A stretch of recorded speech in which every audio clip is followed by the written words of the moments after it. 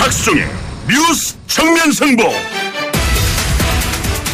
안녕하십니까, 박수종입니다. 어제 제가 환율 얘기를 좀 해드렸었는데 오늘 환율이 좀 많이 올랐다는군요. 미친 개는 몽둥이가 약이다. 많이 들어보셨죠? 8.18 도끼만행 사태 이후에 우리가 김일성에게 던진 말입니다.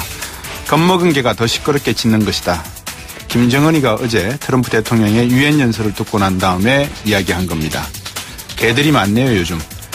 유엔은 2차 세계대전이 끝나면서 만들어진 세계 축 가운데 하나입니다. 전쟁으로 분쟁을 해결하기보다는 평화적 해법을 찾자는 취지에서 유엔이 만들어졌죠.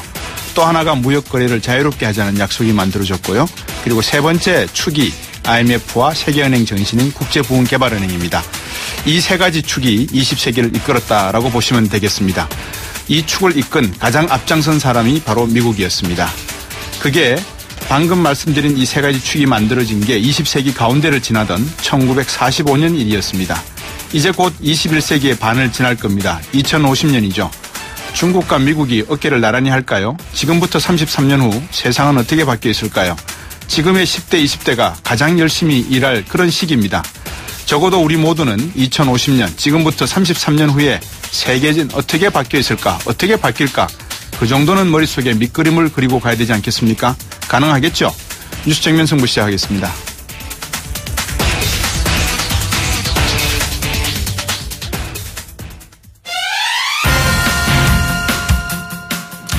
유엔 연설을 놓고 미국과 북한의 성명이 나오는 등 상당한 긴장 관계가 지금 만들어지고 있는 것 같습니다. 제재와 압박, 대화 병행, 대북 정책 기조에 변함없다는 건 밝혀졌지만 김정은 노동당 위원장 앞에서 말씀을 드렸습니다만 말이 상당히 거칠어졌습니다. 어떤 내용인지 동국대 북한학과의 김영윤 교수와 한반도 정세 진단해 보겠습니다. 안녕하세요. 예. 아이고, 죄송합니다. 제가 지금 오늘 준비한 순서를 말씀을 드렸는데 너무 급하다 보니까 바로 뛰어넘어갔네요. 두 번째 인터뷰에서는 인천 초등학생 살해 사건 1심 선고 공판 오늘 열렸습니다. 이 주범과 공범에 대해서 법정 최고형이 선고됐는데요. 한 20년 선고된 걸로 제가 들었는데 2부에서는 경기대 범죄심리학과 공정식 교수와 함께 말씀 나누겠습니다. 이 평창 동계올림픽 개막이 140일 앞에 앞두고 있네요. 어제 선수들에게 수여될 금은 동 메달이 공개됐는데요. 3부에서는 메달을 직접 디자인한 이서구 디자이너 전화 연결해서 숨겨진 비밀, 메달 속에 담겨진 의미, 상징성 한번 들어보겠습니다. 4부에서는 검찰개혁 이야기해볼까 합니다. 공수처 설치 공고안이 발표됐는데요. 인하대학교 법학전문대학원 김인혜 교수와 함께 평가와 과제 정리해보겠습니다.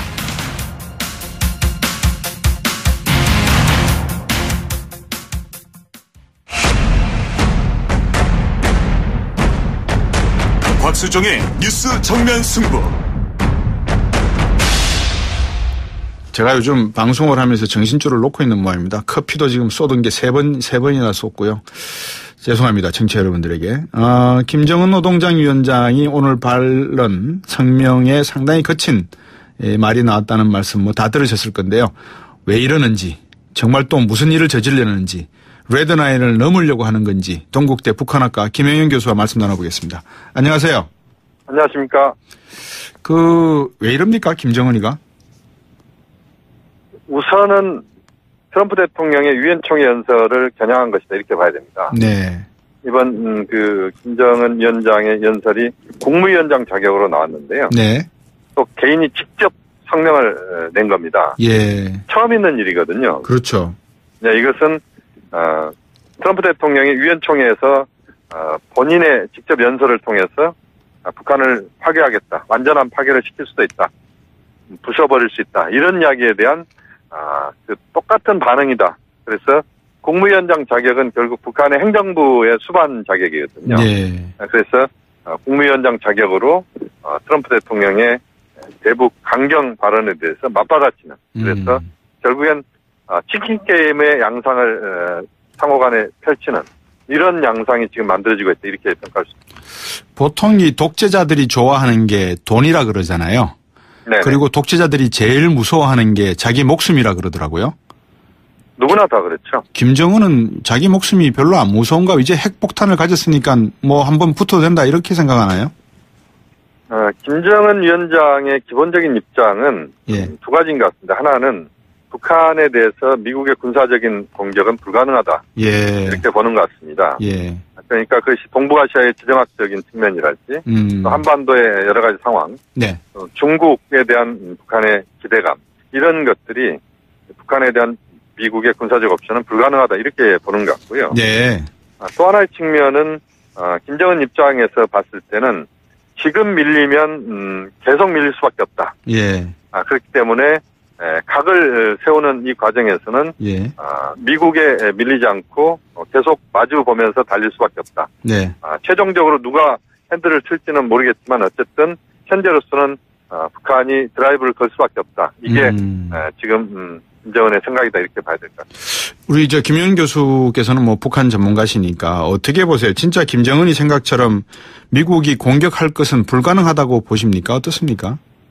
미국의 군사적 공격은 전면적인 공격은 현실로서는 불가능하다 이렇게 봐야 될 것 같고요. 예.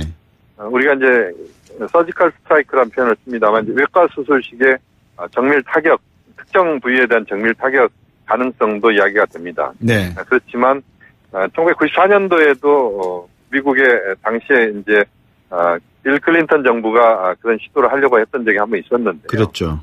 실제 그것은 계획상에서만 있었지 현실화되지는 않았습니다. 예. 결국 서울을 비롯한 인구 밀집 지역이 휴전선과 거의 70km 이내의 거리에 있습니다. 예. 그렇기 때문에 북한의 장사정포나 방사포에 노출되어 있는 서울을 완벽하게 보호할 수 없는 상황이라면 예. 국지적인 그런 도발 가능성도 또는 북한에 대한 국지적인 공격 가능성도 현실적으로는 그렇게 쉬운 문제는 아니다. 대단히 어려운 문제다 이렇게 볼 수 있겠습니다. 트럼프 대통령이 이 매티스 국방부 장관 입을 빌려서 아마 그런 이야기를 한 걸로 제가 생각이 되는데 네. 초전에 박살낼 수 있다. 네네. 그런 서지컬 아까 외과 수술적인 어떤 공격을 말씀하셨지만 한국에 전혀 어떤 영향을 줄 수 없는 상황으로까지 초기에 박살낼 수 있는 전략도 우리는 준비하고 있다. 이런 이야기를 한 것 같은데 그게 가능할까요? 아마 그것은 이론상으로는 가능하고 또 미국의 무기 체계로서는 가능한 부분입니다만 네.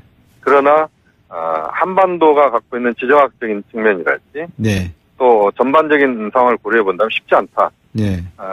시리아나 이란 문제에 대한 접근과 북한에 대한 접근은 같을 수는 없습니다. 그렇죠. 왜냐하면 시리아 이란은 그 나라를 보호하는 또는 그 나라와 접해 있는 강대국이 없는 상황이거든요. 네.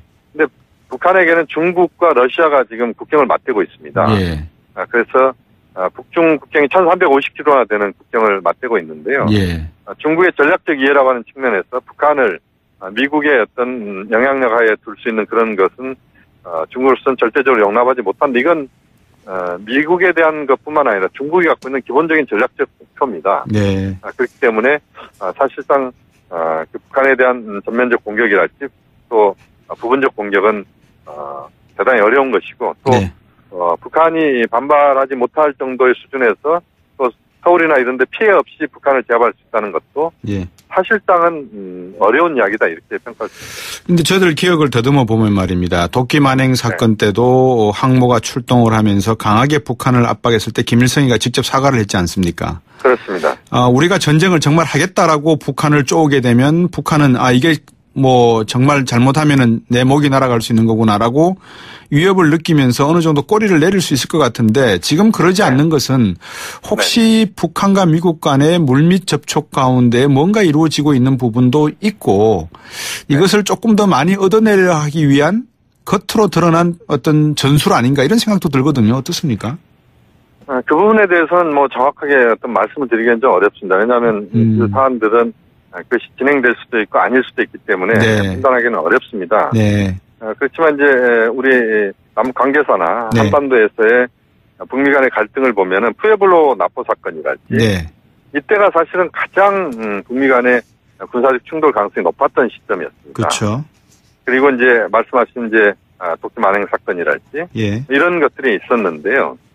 그렇지만 결국 그 군사적 옵션이라고 하는 것 자체를 예. 실질적으로 쓰지는 못했던 그 시기였고 네. 지금 현재 상황에서도 그 물밑 접촉이라 이런 부분들이 전혀 안 되고 있느냐 예. 뭐 그건 아닌 것 같습니다. 예를 들어 예. 뉴욕 채널도 있고 또 예. 제네바의 채널들도 그러니까요. 뭐 일부 가동되고 있고요. 예. 그런 부분들이 있습니다만 그것이 좀 더 적극적으로 가동된다면 이런 정도의 지금 서로 말폭탄을 주고받는 이런 상황까지는 안 갈 것이다. 이렇게 보면 네. 지금 북미 간의 이런 비공식적인 채널도 성과 있는 어떤 답을 내놓을 수 있는 그런 충분한 채널은 아니다. 이렇게 또 판단이 됩니다. 예. 김정은이가 말한 초강경 대응 조치, 이번에 뭐 말폭탄을 넘어서 북한이 늘 하던 걸 보면, 말을 꼭 하면은 그대로 실천을 하는 북한이더라고요. 그렇다 그러면 뭘까요? 그 초강경 대응 조치라는 게? 현재 북쪽에서 수소탄을 태평양상에 떨어뜨릴 수 있다. 그런 예. 훈련, 실험을 할 수 있다. 이런 이야기도 했습니다만. 예. 그것은 현실적으로 대단히 어려운 부분이다. 이렇게 봐야 될 것 같고요. 예. 지금 현재로서는, 김정은 위원장의 그 발언은 일단은 엄포용이다. 우선 그렇게 봐야 될 것 같고. 예.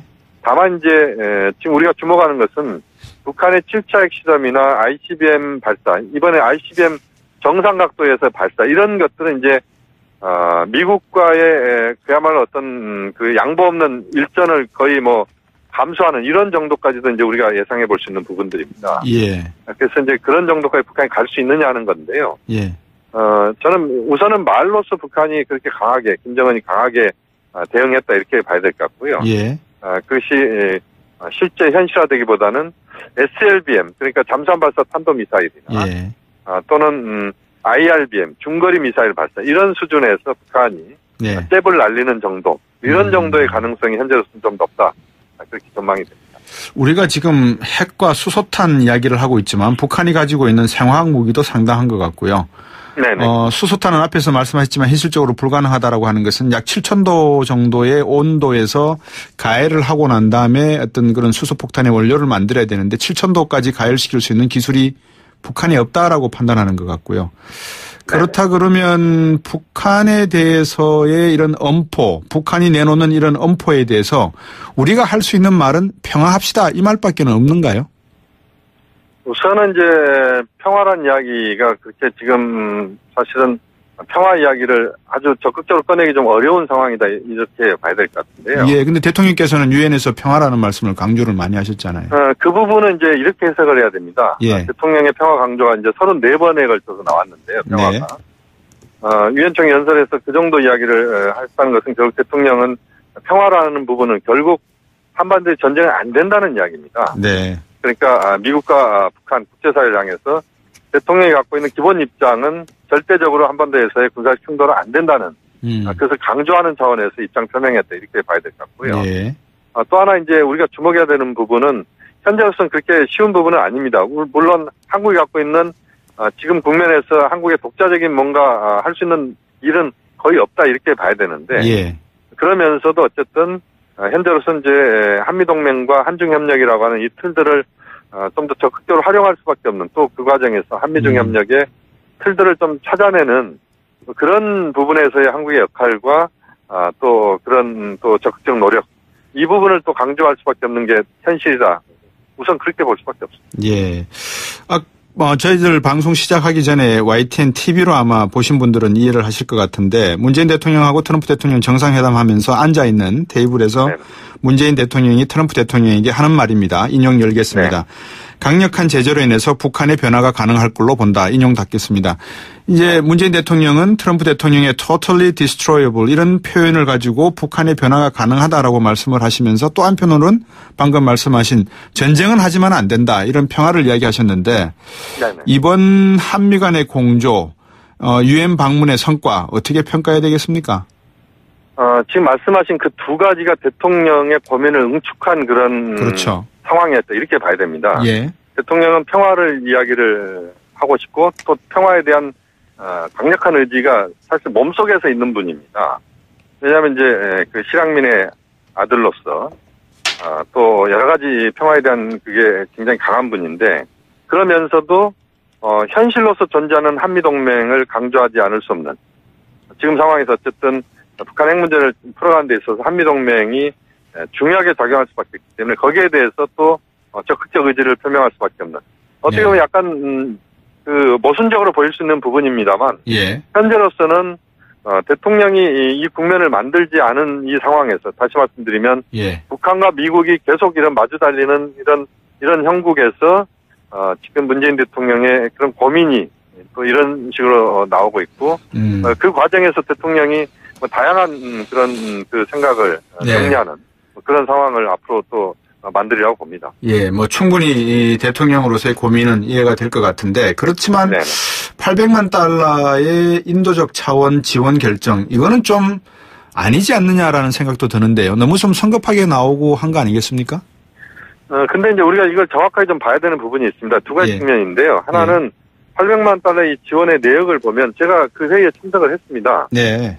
제가 이제 그 대북교류협력 협의회에 계시죠? 예, 민간위원으로 그죠? 예, 그렇습니다. 들어가 있는데요. 네. 하나는 이번 지원이 전용되거나 군사적으로 전용되거나 또는 북한 지도부에게 들어가는 게 전혀 아닙니다. 네. 다시 말씀드리면 영유아 지원과 그다음에 임산부에 대한 의료 지원인데요. 예. 또 모니터링도 할 수 있는 비용이 수십만 달러가 책정이 돼 있는 사업입니다. 예. 그렇기 때문에 우리가 이제 그걸 갖고 너무 이것이 북한에 대한 퍼주기다 이런 식의 접근은 전혀 사실과 다르다 이렇게 봐야 될 것 같고요. 예. 또 하나는 지금 이제 시기와 관련된 부분에서는 통일부 장관이 좀 일임하는 식으로 했습니다. 그러니까 네. 지금 당장의 지원이 직접 지원이 아닌 간접 우회적인 지원입니다만 그것도 역시 그 유니세프나 WFP의 어떤 상황과 연관시켜 또는 한반도 정세를 좀 고려하는 이런 차원의 부분이기 때문에 네.